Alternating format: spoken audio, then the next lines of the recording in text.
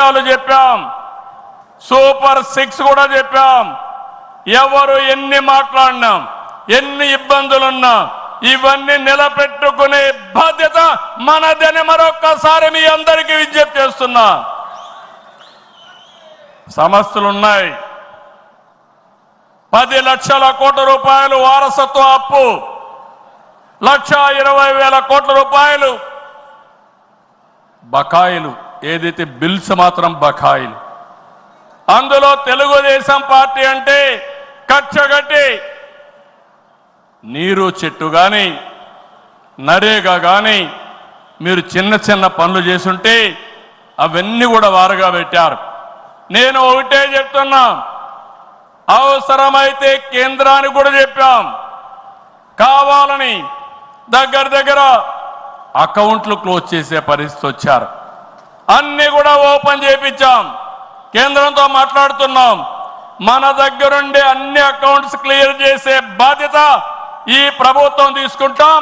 నేను స్పష్టమైన ఆదేశాలు ఇచ్చానని ఈ మహానాడులో మీ అందరికీ విజ్ఞప్తి చేస్తున్నా. ఇది కాకుండా తల్లికి వందనం, ఎంతమంది పిల్లలుంటే అంతమందికి తల్లికి వందనం మీ కిందన పాఠశాలలు ప్రారంభించే ముందరే వాళ్ళకి ఇచ్చే బాధ్యత మనదని మరొకసారి విజ్ఞప్తి చేస్తున్నా. అన్నదాత, రైతుకి న్యాయం చేసే పార్టీ తెలుగుదేశం పార్టీ. రాయలసీమలో హార్టికల్చర్ హబ్గా తయారు చేయడం, ఆంధ్రాలో అక్వాకల్చర్ని ప్రోత్సహించడం, అదే మరి గిట్టుబాటు ధర ఒకసారి ఇబ్బందులు వచ్చినా ప్రతి ఒక్క రైతును ఆదుకునే కార్యక్రమాలు చేశాం. ఇటీవల మీరు చూస్తే మిరప రైతులకు ఇబ్బంది వస్తే కేంద్రంతో మాట్లాడాం. ఇంకో పక్క కోకో రైతులకు ఇబ్బంది వస్తే సబ్సిడీ కూడా ఇచ్చి మార్కెట్ ఇంటర్వెన్షన్ చేశాం. ఇంకో పక్కన మీరు చూస్తే ఏదైతే రాయలసీమలో మామిడి రైతులకు ఇబ్బంది వస్తే వాళ్ళ తరపున కూడా చర్యలు తీసుకుంటున్నాం. అంతేకాదు ఇక్కడికి వచ్చినప్పుడు పొగాకు రైతులకు ఇబ్బంది వస్తే వాళ్ళకు కూడా ఇంత రేట్ అని తప్పకుండా ఇవ్వాలని పెట్టుకున్నాం. అన్నదాత 20,000 రూపాయలు ఇస్తా అన్నాం.